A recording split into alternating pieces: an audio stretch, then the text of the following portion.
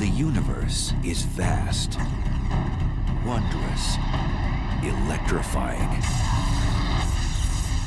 But for space travelers looking for a thrill ride, it could be a one-way ticket.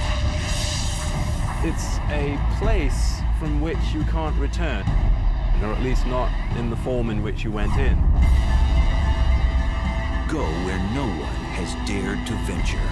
Take a virtual tour of the deadliest places in our galaxy and beyond.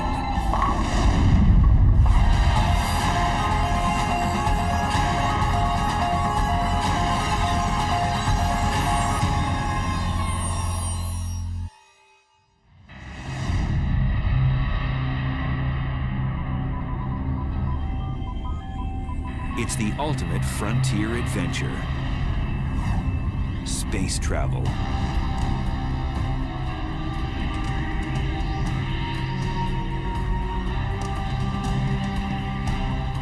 But when trekking through the galactic jungles, one must steer clear of the cosmic hot zones, places teeming with violence and intrigue.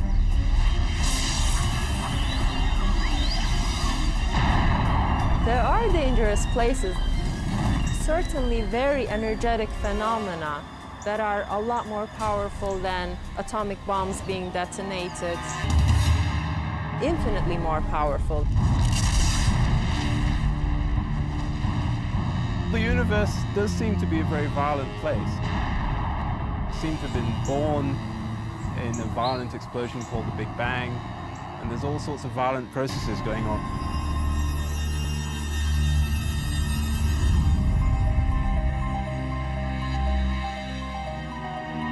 On December 27th, 2004,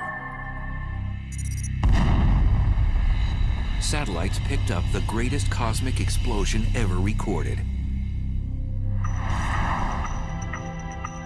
A blast 30,000 light years away, which had the power to briefly alter our planet's upper atmosphere.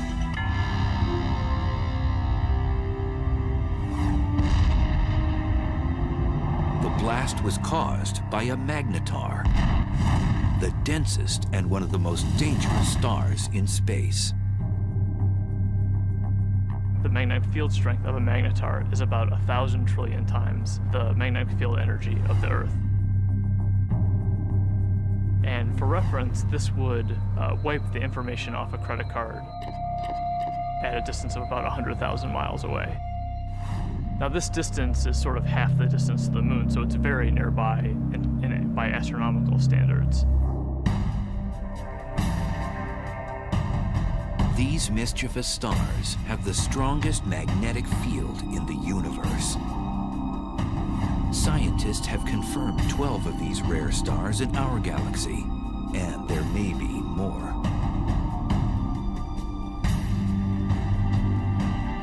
Caltech's Brian Cameron scans the Milky Way for these strange stars.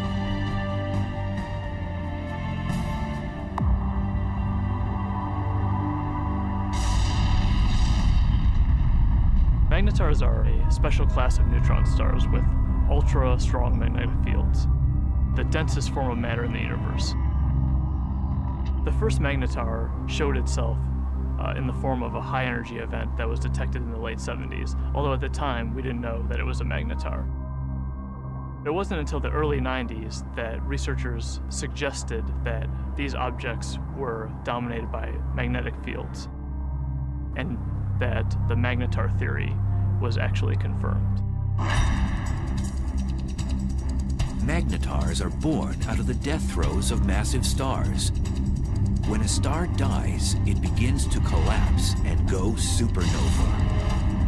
Sometimes a dense neutron star forms from the cinders of that supernova explosion. During the process, a few neutron stars become magnetars, which possess a strong magnetic field. These stars eject high-energy emissions of X-rays and gamma rays. We think that normal neutron stars are born from regular stars that are something like 10 or 20 times the mass of the sun. But there's evidence that magnetars are born from possibly even more massive stars than this, something like 40 times the mass of the Sun. Typically, a star of such mass would be too heavy to form a neutron star. Instead, its mass would collapse into a black hole. Black holes are formed from cramming a certain amount of mass in a certain volume, and for whatever reason, these stars are unable to do that. One theory is that some massive stars undergo a weight loss program right before exploding as a supernova, losing 90% of their mass. So instead of collapsing into a black hole, the emaciated star becomes a neutron star with extreme magnetic powers. When the magnetic force gets incredibly strong, it deforms the magnetar's crust, creating seismic events called starquakes on its surface. Eventually, this crust breaks under the stress, and the magnetic field reconfigures itself into a lower energy state. And when this happens, a fireball is launched off the side of the star. So starquakes on neutron star surfaces are thought to give rise to these giant flares that we see.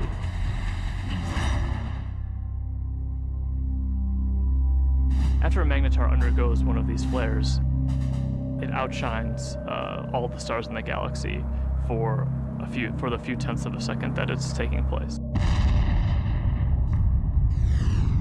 Within these giant flares are short bursts of gamma rays which move at the speed of light.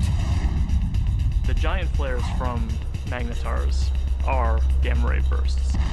They're very short in duration, less than a second, and have very hard X-ray spectra compared to another class of gamma ray bursts. If a deep space traveler veered off course and was unlucky enough to pass within 700 miles of one of these massive objects, the consequences would be horrific. The magnetic field of the magnetar can literally warp the atoms in human flesh, and its gravitational forces would tear a person apart.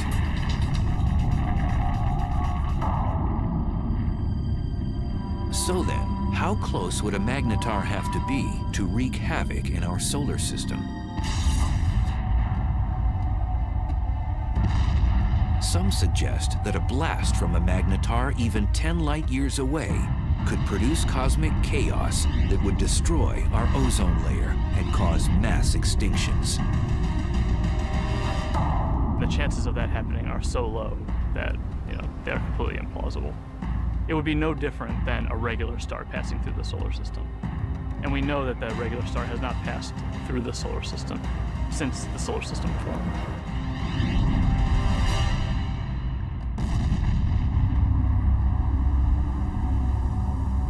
Scientists think that magnetars are only a few thousand years old and will become dim after 10,000 years. We're just now starting to understand the life cycle of magnetars. We think that they're very young, but how young is still uncertain.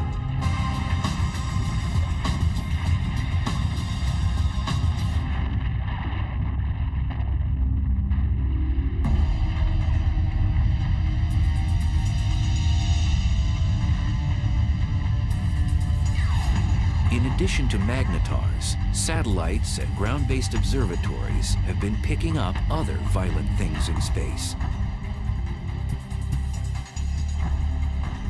Scientists have now confirmed the existence of a phantom-like force that's so strong that it might very well be the most vicious phenomenon in the universe.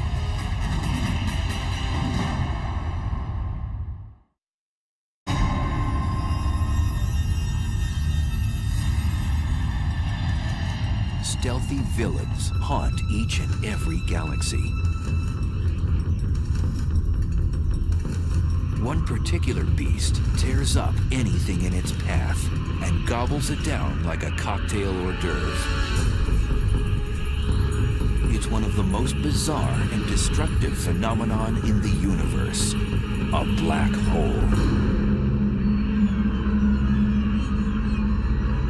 think a black hole is the place which is more violent than anywhere else in our universe.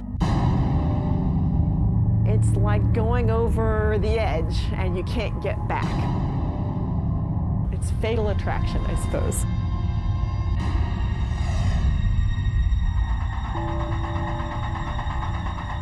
A black hole is a region of space where the pull of gravity is so immense that nothing can escape it, not even light.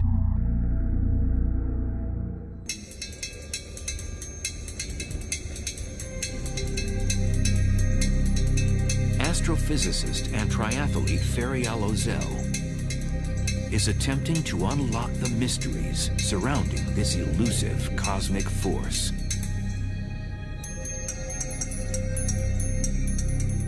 In a black hole, the gravity is so strong that no other force can compete with it, so everything collapses to a single point.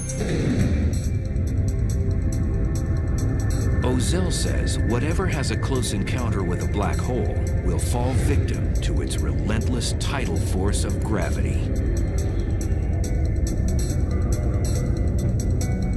Imagine you're swimming in a pool and there is no current. You can go whichever direction you want. Now imagine you're taken out of this pool and you're in a river. Imagine a current that is much, much, much stronger. That the only direction that you could go would be with this current. The space around the black hole acts like this wild river. You could never fight this enormous drag that you feel.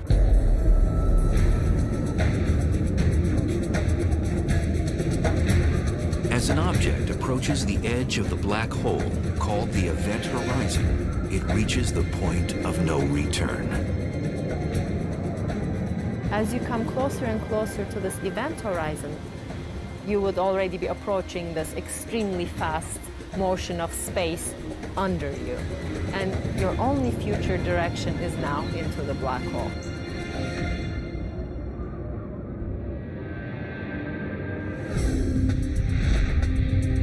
The idea of the black hole as a whole sometimes can be a little bit confusing. What it really is, in some sense, it's a place from which you can't return, or at least not in the form in which you went in.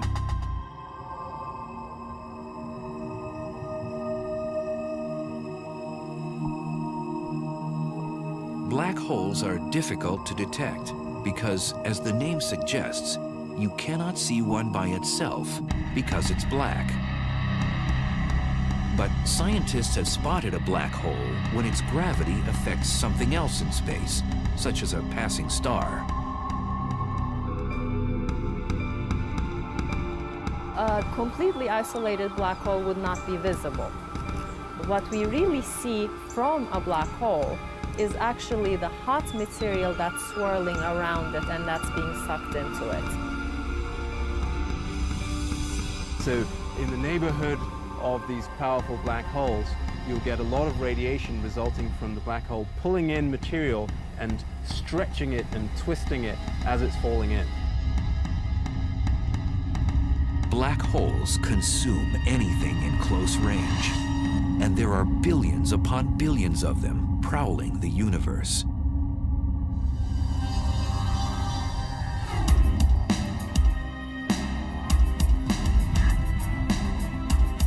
Astrophysicist Andrea Ghez is one of the world's leading black hole hunters.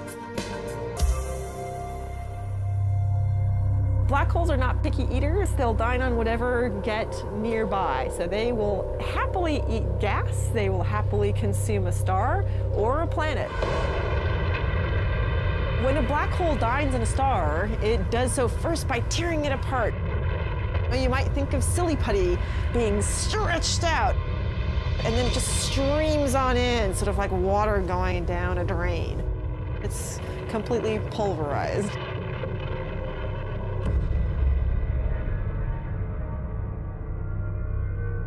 Black holes are produced, we believe, by the collapse of the core of a massive star, something like 25 or 30 times the mass of the sun or more. When it comes to the end of its lifetime, a massive star burns its core all the way past helium, carbon, nitrogen, oxygen, all the way to iron, which has no more nuclear fuel. And when that iron core builds up to a certain mass, there comes a point where it can no longer support itself, and the core will collapse all the way to a black hole, producing at the same time a supernova.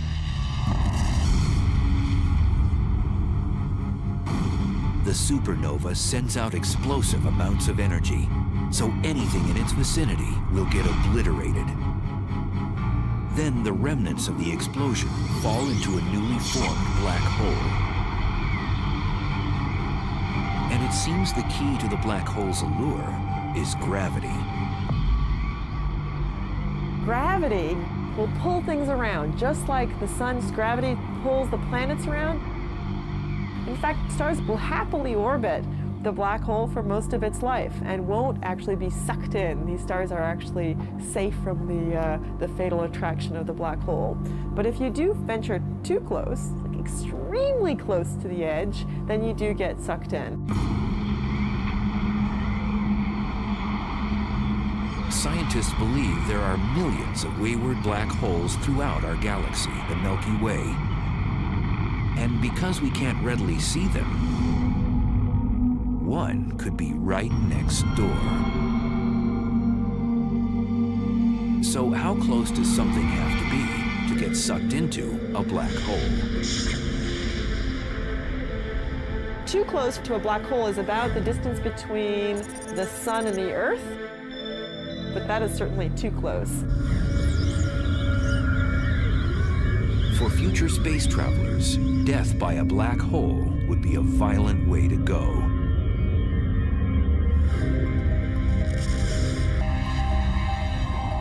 The method by which a black hole could kill you depends on how big the black hole is. They come in two categories. Most of them are the stellar mass black holes, which are 5 to 30 times the mass of our sun. If the black hole is stellar-sized, then the tidal forces near the black hole are strong enough that it will tear you apart tidally, even well outside the event horizon. If you wanted to fall into a black hole, you certainly wouldn't want to fall into one of those. It will spaghettify you. But in addition to the stellar-sized black holes, there are others that are mammoth, millions to 1 billion times the mass of the sun. And now scientists believe that these monsters hold center court in every galaxy, including our own.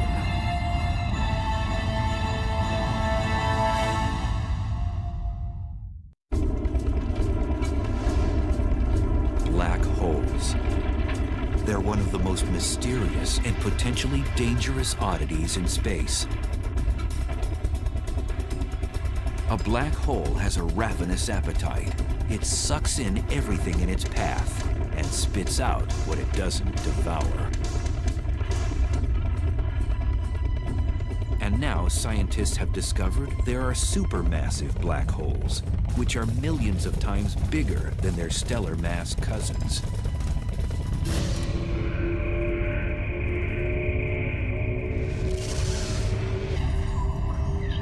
And evidence suggests that supermassive black holes were born after the Big Bang, when the universe was first created. The leading idea is that they would have formed just like a stellar black hole from the collapse of the core of a massive star. But then they grew by feeding grossly from the gas, from other galaxies which collided with them.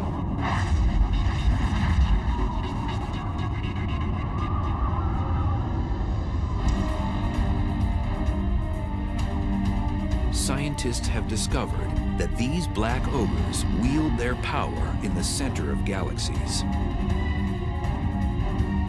The supermassive black holes are at the center of the galaxy, most likely because they're the most massive object within the galaxy. Massive objects tend to sink to the middle, so you'll always find them at the center of a galaxy. For a long time, scientists didn't think a supermassive black hole existed in our neck of the universe, the Milky Way.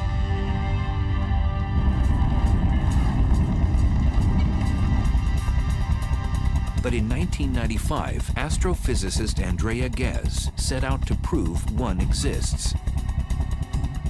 We've done an experiment over the last 10 years to ask the question, is there a supermassive black hole at the center of our galaxy?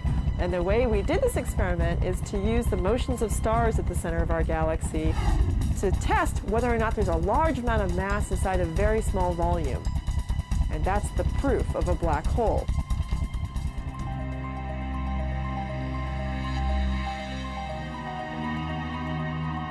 At the Keck Observatory in Hawaii, which houses one of the largest telescopes in the world, Ghez began using a groundbreaking technology called adaptive optics, which brings into focus faraway objects. So this is without adaptive optics. This is what you would see. In this big square, there's nothing. We turn adaptive optics on, and you see the stars. This region contains the stars that provide the keys to our experiment. So we want to watch how these stars move. Ghez noticed that there was a large cluster of stars orbiting around an invisible object at the center of our galaxy. And they were moving at an unusually rapid rate. So we can actually see these stars that are really close to the center, and we can watch them go around. Those stars go around the black hole just the way the planets orbit the sun. The orbits tell us where the black hole is, so it's located right where the star is. That's the center of our galaxy.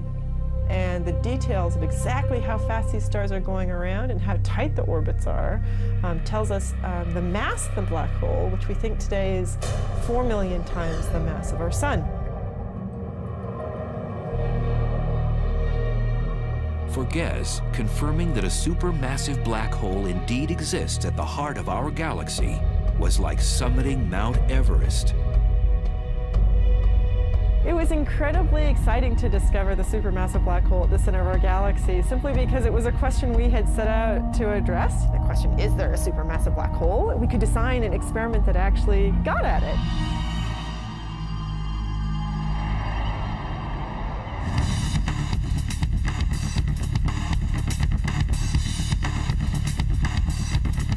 Astrophysicist Andrew Hamilton says death by a supermassive black hole would be much different than by its smaller stellar mass relative. If you want to go and be a tourist and have the ultimate experience of falling inside a black hole and finding out what's really there, go visit a supermassive black hole. Much better idea. Unlike a stellar black hole, which would rip you to shreds before entering its deadly vortex,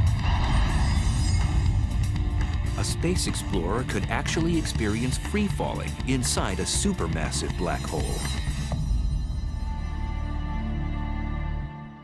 Inside a supermassive black hole, it turns out that even though the black hole is more massive, it's also much larger in size, and that means that the tidal forces are weak enough that you could pass through the event horizon and fall deep inside the black hole without being tidally torn apart. But deep down inside the black hole, the centrifugal force of the rotation of the black hole provides effectively a repulsion. If there's any matter at all inside it, then stuff that's falling in will tend to collide with stuff that's trying to get out. And the result of that collision of energies is an unimaginably chaotic maelstrom of super hot, dense plasma. And in that case, your fate is that it can roast you.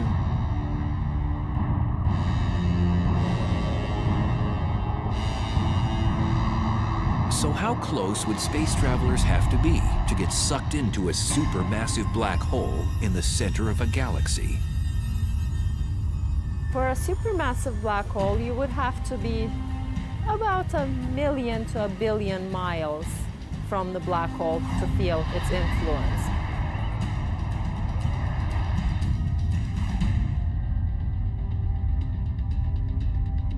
Over the years, the Chandra X-ray Observatory has caught our galaxy's supermassive black hole nibbling on cosmic matter, not binging like other supermassive black holes. Our black hole is today inactive compared to other black holes. Our galaxy has very little gas at the center, and so there's nothing really for the black hole to feed on. It's not eating very much. It's going on a bit of a starvation diet. Our galaxy's supermassive black hole appears to be fasting. This is partly due to the fact that as a galaxy ages, less and less matter is present for it to gorge on. But in the future, it might be quite a bit more active if it ever gets a fresh supply of gas at its center to feed off of. One way to rejuvenate our supermassive black hole's appetite is to collide with another galaxy. Sound implausible? 2 million light-years away, our closest neighbor, the Andromeda Galaxy, is charging toward us at almost 75 miles per second, or 270,000 miles per hour.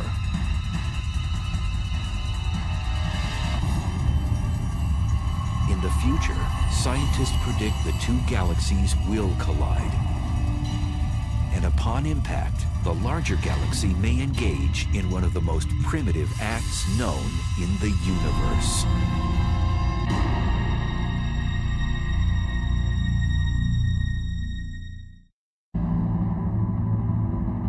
It's one of the most barbaric rituals in space. A larger galaxy eats a smaller one.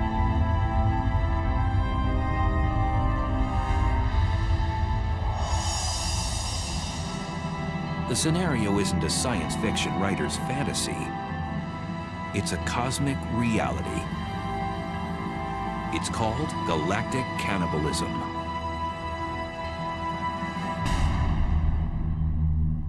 The ghastly event can occur on the celestial highway when two galaxies have a head-on collision.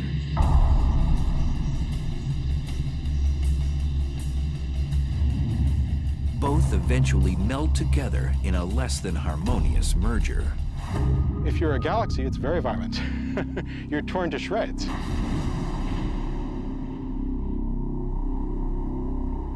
Joshua Barnes studies galaxy mergers. Acting like a crime scene investigator, he admits his research is a bit like inspecting a car crash. Imagine that you come across the scene of a car crash.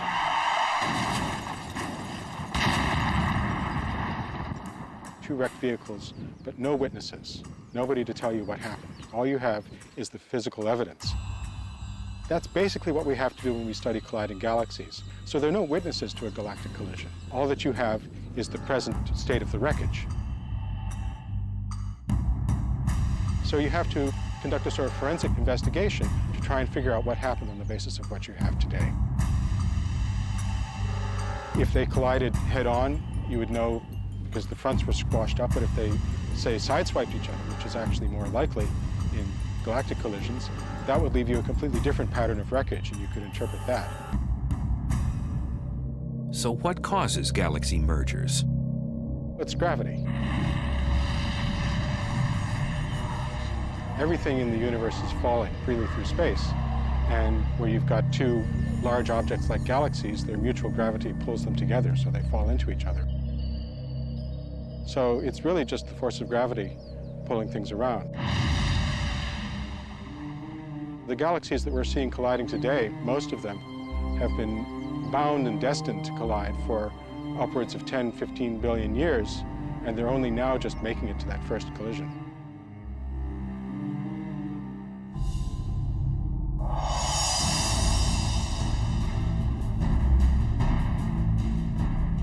Our own galaxy, the Milky Way, is moving toward our neighbor, Andromeda. Both galaxies are spiral in shape, but Andromeda is about twice as massive, with a supermassive black hole, the mass of 30 million suns.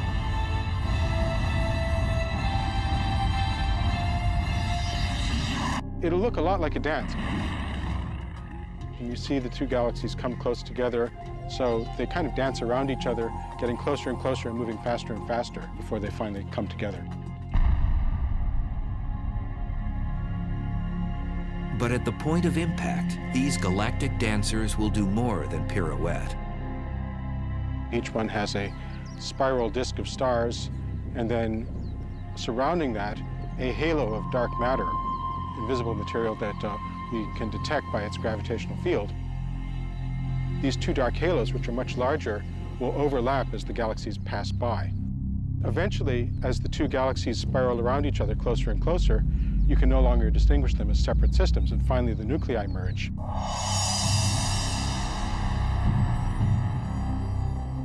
When Andromeda and the Milky Way collide, that's going to be the biggest collision that the Milky Way has seen, something like 5 billion years' time.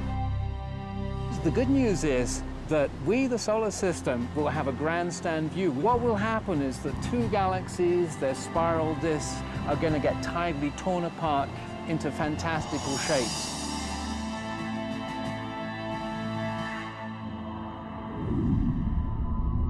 When the disks start to get close to each other, they'll throw off long streamers of stars, so-called tidal tails. And what happens to the sun and the solar system, should we still be around, it really is hard to predict. We could get lucky and be on one of those tidal tails and get a sort of bird's eye view of the whole process as we fly out. Or we could get thrown into an orbit plunging towards the center of the merging galaxies. There's basically no way to say.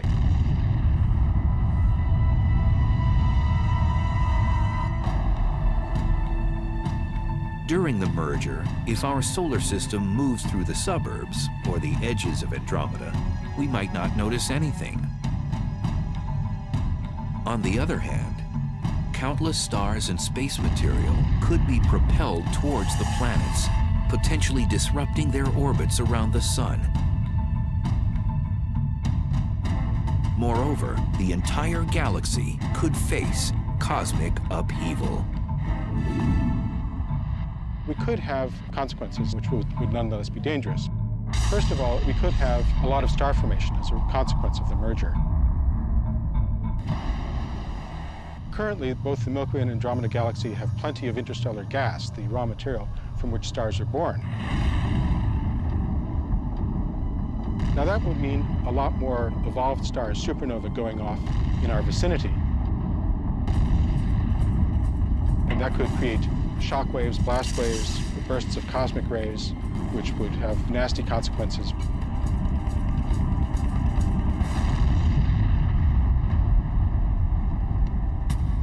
After the merger, the fate of our solar system is uncertain, as the supermassive black holes of Andromeda and the Milky Way vie for power in the newly jumbled galaxy.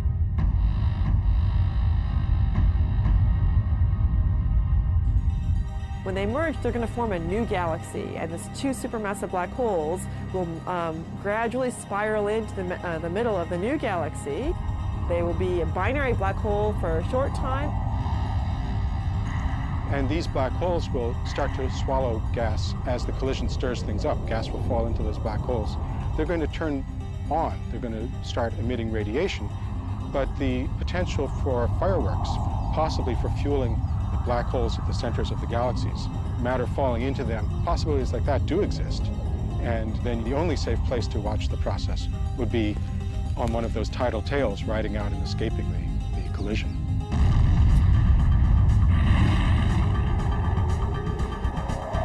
Some scientists think that Andromeda's larger supermassive black hole will eventually consume the Milky Ways. The two black holes will spiral in the center and become a binary black hole, and ultimately will merge with one another to become yet an even bigger supermassive black hole.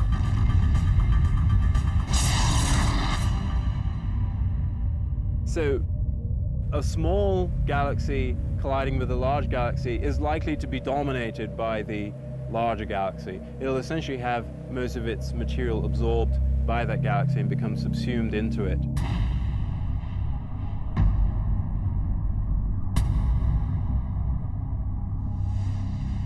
Scientists believe galaxy mergers are a way of life in the universe. Modern galaxies, including the Milky Way, have grown larger by cannibalizing smaller galaxies. Every galaxy that we see has probably been through many collisions. The Milky Way has a central bulge of stars, which are probably the relic of a previous collision. Most scientists agree that the much-anticipated merger between the Milky Way and Andromeda won't happen for at least 3 billion years.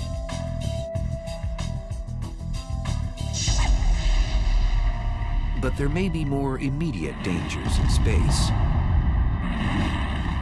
In cosmic neighborhoods millions of light years away, there are hyperactive galaxies that have become the big bullies on the block.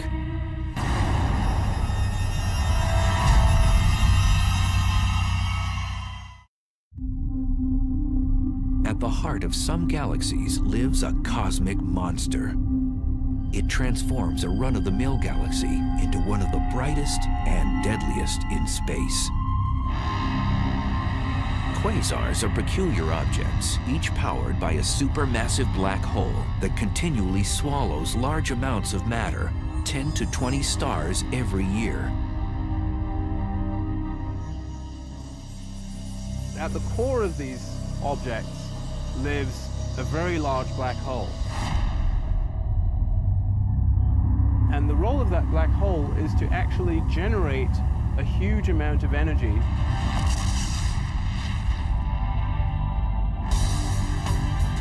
Quasars are the most energy-efficient mechanisms in the cosmos. They give off more power than 100 normal galaxies. And they're 10 trillion times brighter than our sun.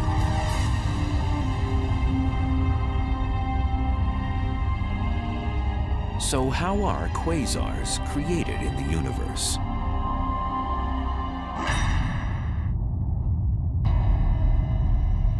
There's a fairly good connection between the last stages of a galactic merger and the so-called quasar phenomenon. If that really happens in the case of the Milky Way and Andromeda, we could have, for a period of some tens or possibly even 100 million years, a quasar active in the center of the merged galaxies.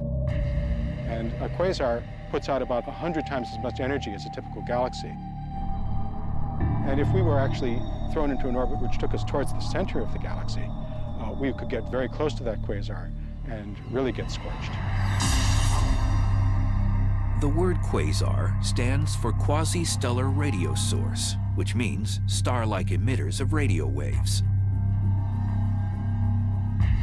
The word was coined when the quasar phenomena was still a mystery.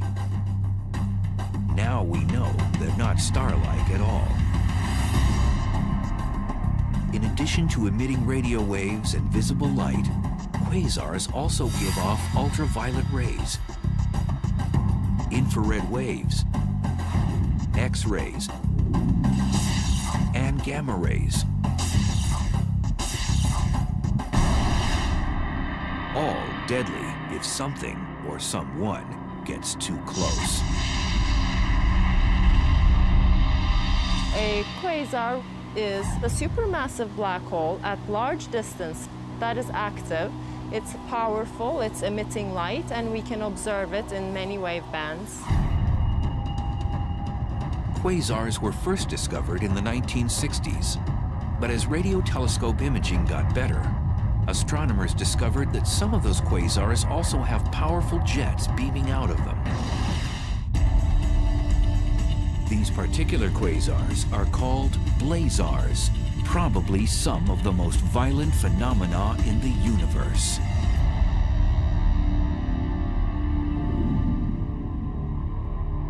Blazars are powered by black holes, just like quasars, but they're somewhat different in that all of that energy is being focused, or a large amount of that energy is being focused into jets, which are streaming out. A blazar's aggressive plasma jets produce radiation in the form of radio waves all the way through the spectrum up to high-energy gamma rays.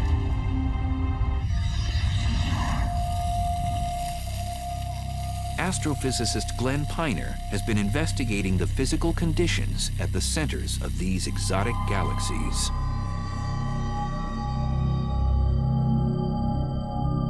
We can use this fountain to visualize the geometry of a blazar. If that circular base of the fountain represents the accretion disk, then the jet of water that's coming up represents the jet of plasma coming out from the blazar. And if the Earth is sitting up in the direction that that water is going, then we would see this object as a blazar.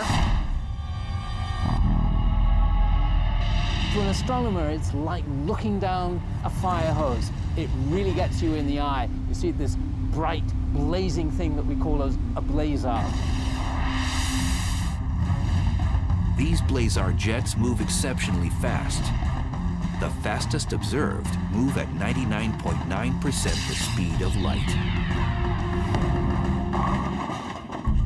If you were to take a small object like this bowling ball and you wanted to accelerate it up to 99.9% of the speed of light, you would have to give this bowling ball all the energy produced in the world for an entire week to accelerate it to that speed.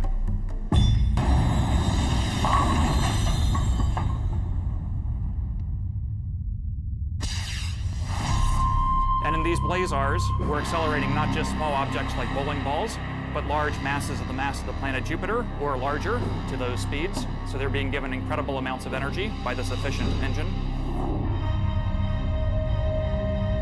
Blazars pose unimaginable consequences to cosmic objects that get too close to its deadly jet. If there was a planet relatively close, a few light years from the actual jet, the radiation on that planet could be millions of times what it gets from the star. It would be continually exposed to high levels of radiation. So I don't think we want to look for life on a planet that would be orbiting a star that's in a blazar jet. Scientists link radio telescopes all over the world to achieve the magnification needed to zoom in on a blazar jet. So to give you an analogy for what kind of magnification that is, that would be magnification sufficient to read a newspaper that someone was holding in New York from Los Angeles. We'd love to look as close to the central black hole as possible so we could actually figure out how nature is accelerating these jets and getting them up to such high speeds. And we'd also like to know what it is actually that the jets are made of, because it turns out that's something that's currently not known. Until more is known about blazars, astronomers will keep a neighborhood watch for them, as well as all the other dangerous places in our uncontrollable universe. Definitely there are violent events going on in the universe. Much, much more energy than we can even imagine on Earth. There are trillions of suns shining all at once. Those are the kinds of energies that we're talking about. But in that case, the fact that we are far away from them helps the survival of our species. If we're actually traveling through space, then definitely we will have to be worrying about these events.